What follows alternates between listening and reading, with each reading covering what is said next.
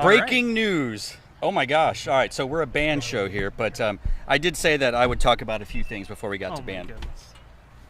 If I had my producer here, and usually I'm the one that produces the podcast, we would play Texas Fight right now, because your fighting Texas Longhorns have, once again, for the second year in a row, somehow managed to figure out how to beat somebody? Beat OU, that's right.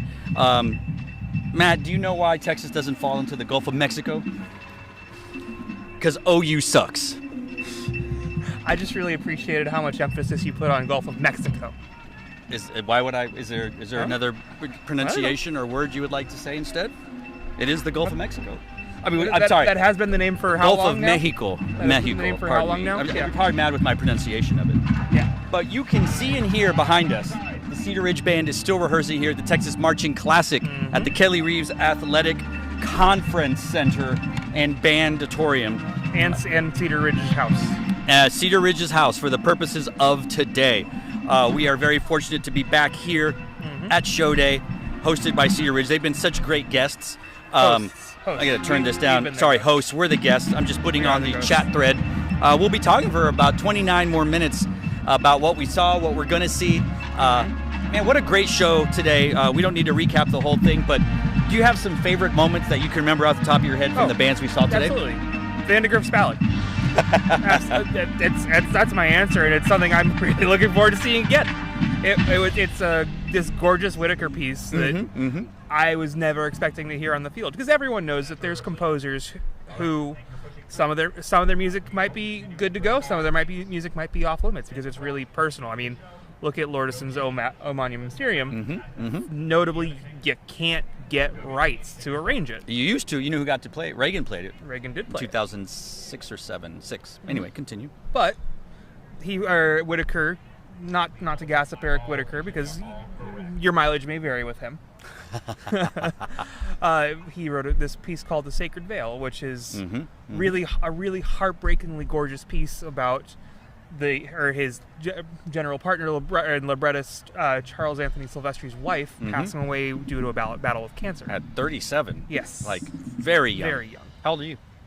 I'm not 37. I'm older than that. I can't imagine being dead right now. I can't either. It's crazy. It's horrible. But I was under the impression that wouldn't be a piece that he would grant rights for just because of that impactful story. But Vandegrift is using it, and it is everything I hoped it would be and more. Yeah, it was an incredible performance. I'm not a hater by any stretch, but I don't. That makes one of us. Yes, but this is definitely, I would say, my favorite Vandegrift show since their Grand National Championship show in 2019. As a noted not a Mozart person, I like this more than I like Aria. Ooh, that's a take. Might be I'm not lukewarm. I'm not saying it's better. I'm saying I like it more. Yeah. No. I can dig it. That was a great show. I still am stuck in my mind with Mo and Gene Johnson's show.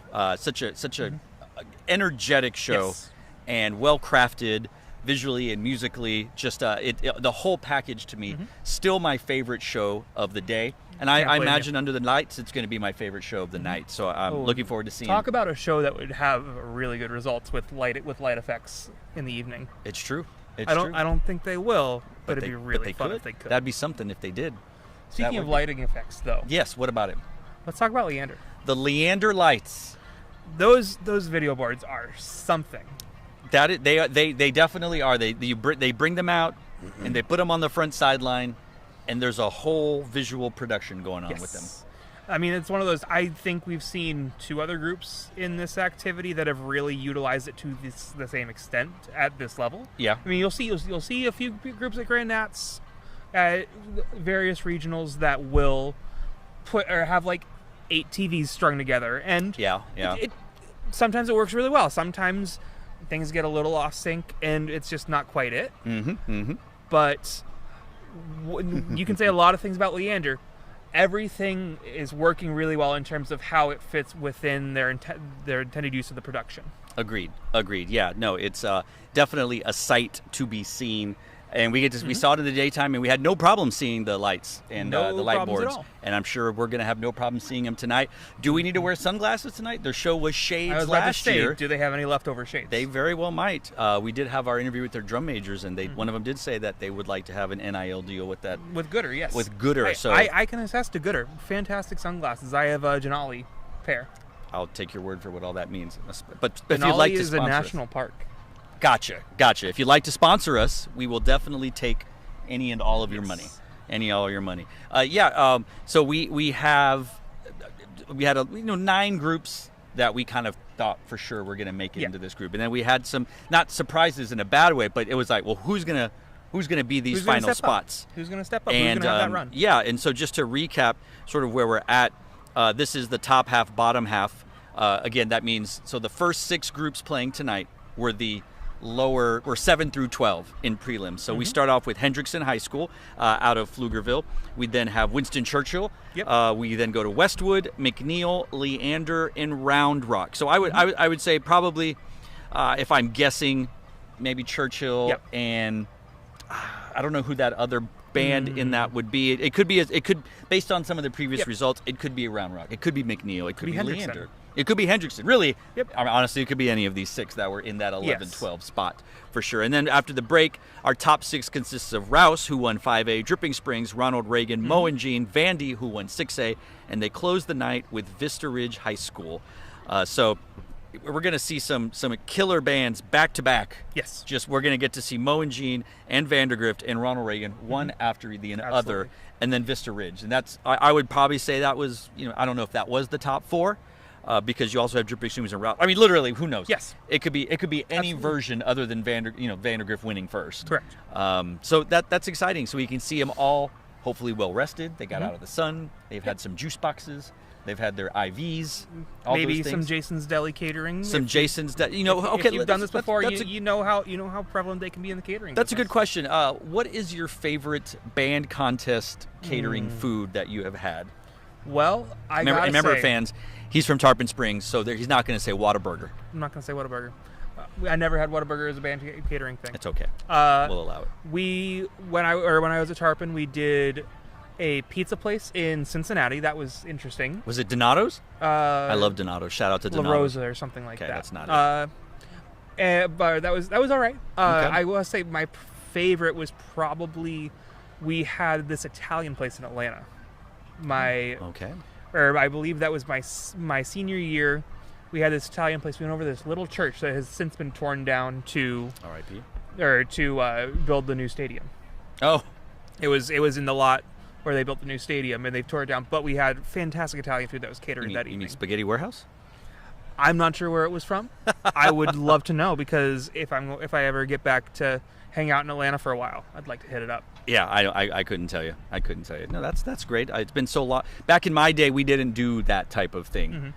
You had band parents grilling outside the school. That was absolutely the case for anything we did at the school, with the exception of football games. We did.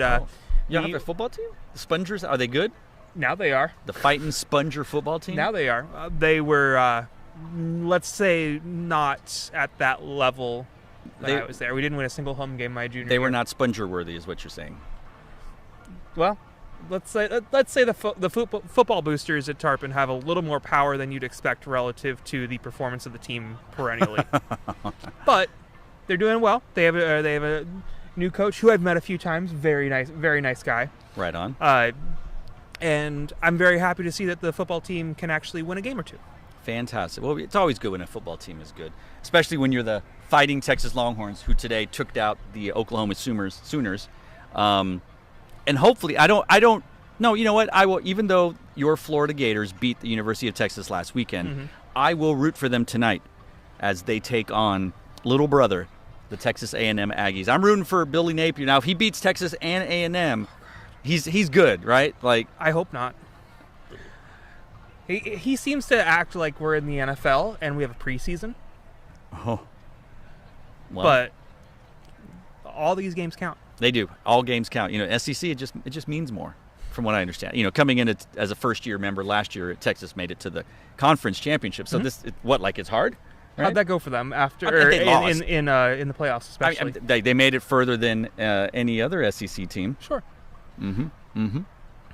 Yeah, how'd Florida do? I know we're talking about football here, but we've got. Again, I am on the record saying fire Billy Napier, but you are on the record. You are on the record of saying that. But we are 25 minutes until the Star Spangled Banner takes place, and then we will then hear and see the host band, the Cedar Ridge Cedar Ridge Band. Yeah. And you've been hearing a little bit from them as we were going, playing some Pines of Rome. I was about to say My a little bit goodness. of Respighi.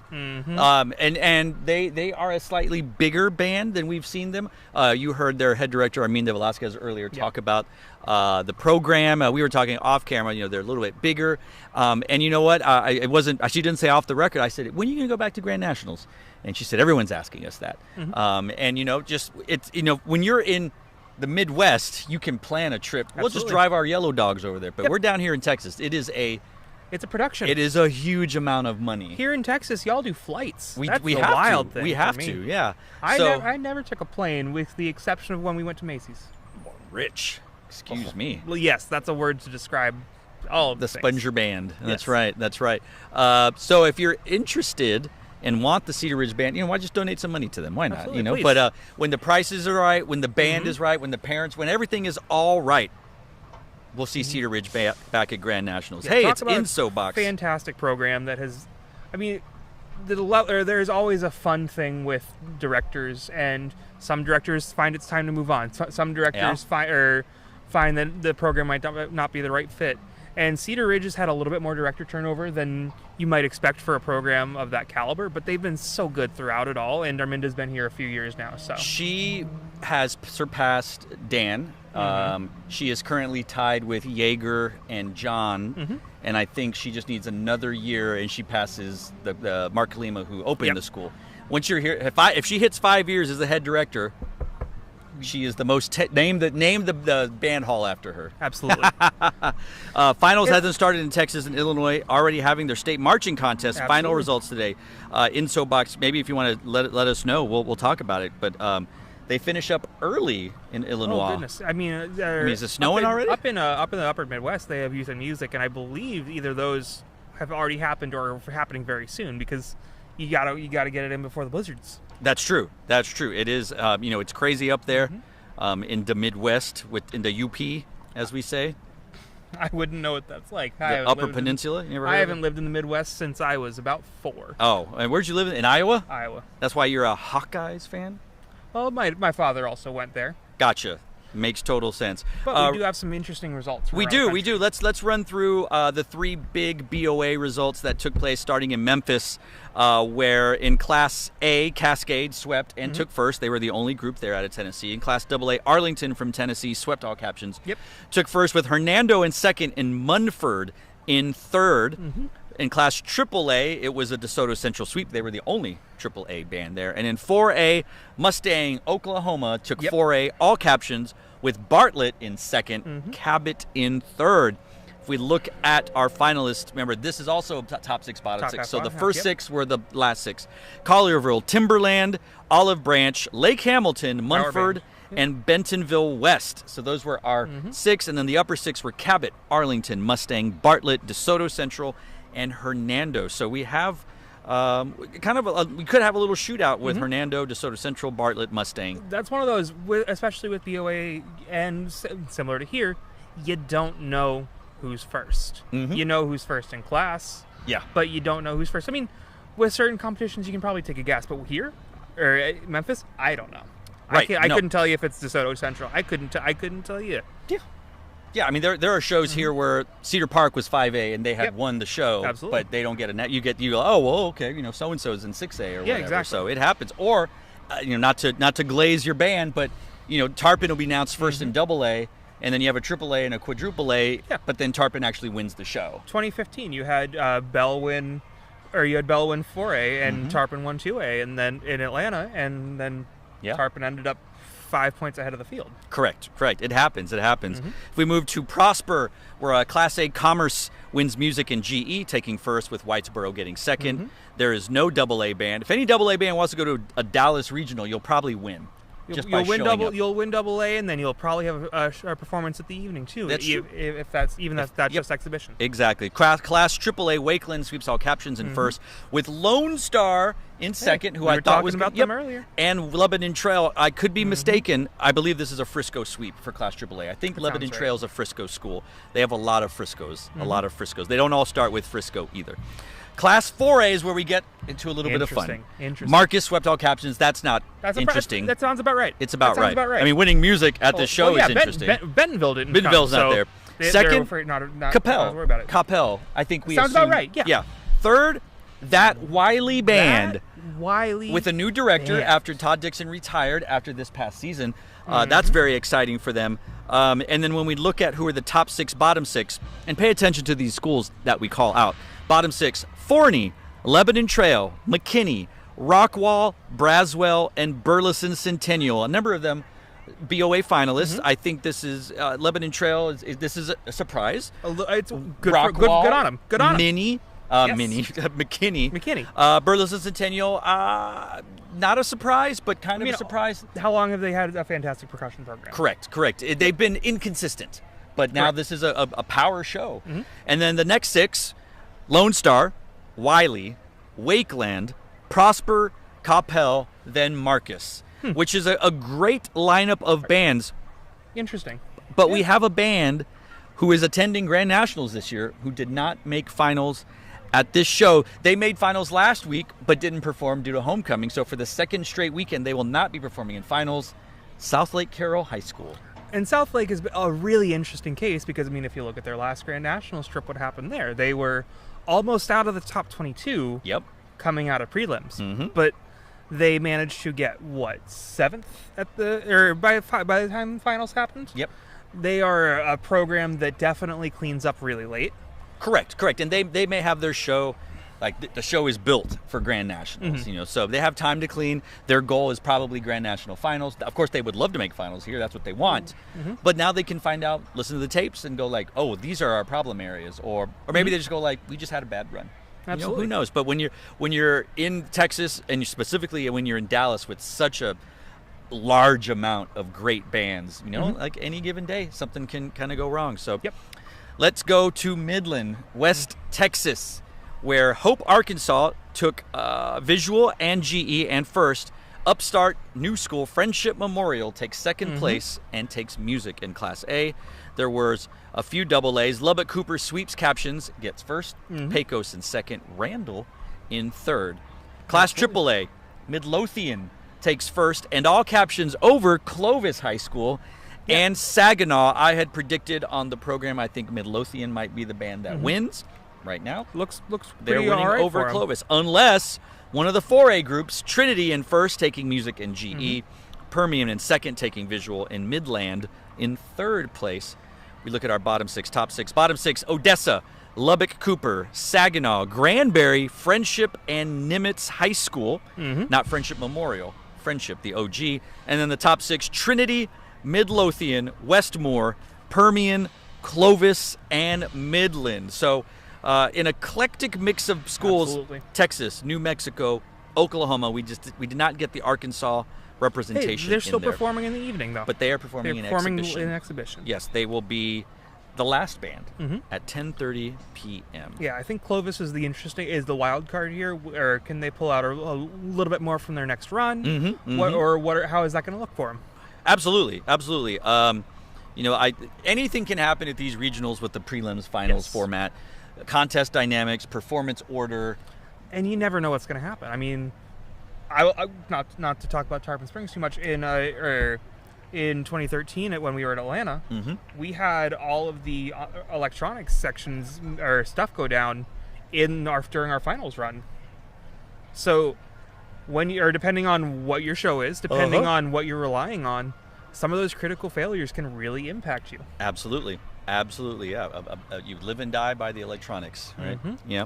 I mean, what if it's a windy show and your props blow over? What if, oh, God forbid, a junior staff member who's doing their best accidentally sets a prop off 5 or 10 yards? We've seen that in this stadium. We have with our friends from Claudia Taylor Johnson. It's true. It's true. The band did a fantastic job of working around that, but when you have all of these moving parts, things can and will happen. I mean, we were talking about how this is live music earlier. Yep. Anything can happen in live music. You got to figure out how to accommodate and adjust. Absolutely. We have some results here from Illinois. Ooh, excellent. 5A, 6A right now. I guess this is 5A. Victor A.J. Andrew was in third. Prospect was second with Plainfield North. Ooh, good for them. Winning 5A. 6A says Crowd Appeal, Carl Sandberg. They used to buy old shows from me.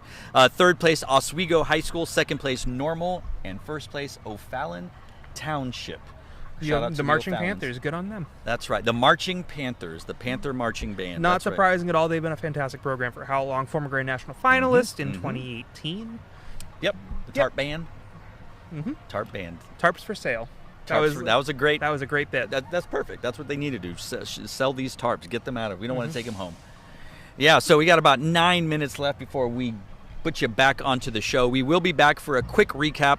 It'll probably be about 11:30. So we'll just want to react and say our goodbyes and hellos and all that stuff. So be sure to check back. Probably about 11:30. Yep. A little bit before. I don't know.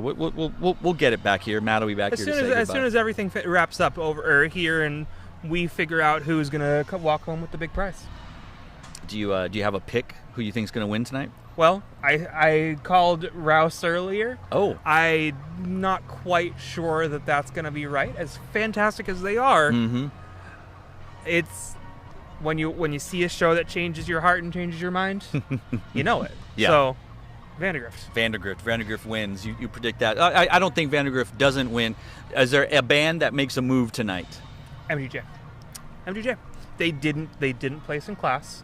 Right. And whether that's a run, whether that's or sometimes you don't like it, but sometimes groups kind of get lost in the shuffle, especially if you're early on. They do. So they do. That's part of the reason you get prelims finals, right? Is so that you can do all the fun awards, but you also have to make sure that you get the bands in finals so you can get a better read on them, and you're not having to judge so many different programs that are.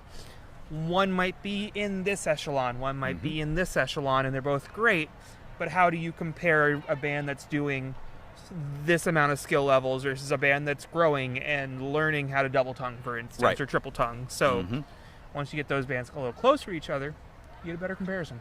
For sure. And I mean, like you said, with the exception of 2005 Grand Nationals, everybody remembers the regional champion. They remember the big champion, not the class champion. We do remember that Reagan won the Class AAA champion in 2005. Hey, let's also look at 2015 with our friends up in the Dallas area with Hebron. How many times has Hebron been first in prelims? More than a couple. We've had the Hebron, we've had the Woodlands. Woodlands did eventually pull it off, but their hide and seek show they were first in prelims, but then they were first in semis, but then they played first. Hebron first in semis, then they played first. Reagan, first. I have to assume that after all these years of Texas bands drawing first, they finally said, you know what, why don't we just change the order and all that other stuff. Well, yeah, I mean, it's always better to have the programs that are at similar levels competing closer to each other so you can get that better comparison. Correct. Yeah, I think, and I know that they want to do the whole, like, any given. Yep. But at the end of the day, if you are a band that was just named first, or just you won semifinals, but then you don't get you literally have to turn around. You don't get to exit the stadium and go home. You have to go straight to warm up. Yep. Especially in Indianapolis. So it's an unfair strike for those bands. You just won, and how many bands can do that? I think LD Bell went on second, and then they won. Yeah, I know.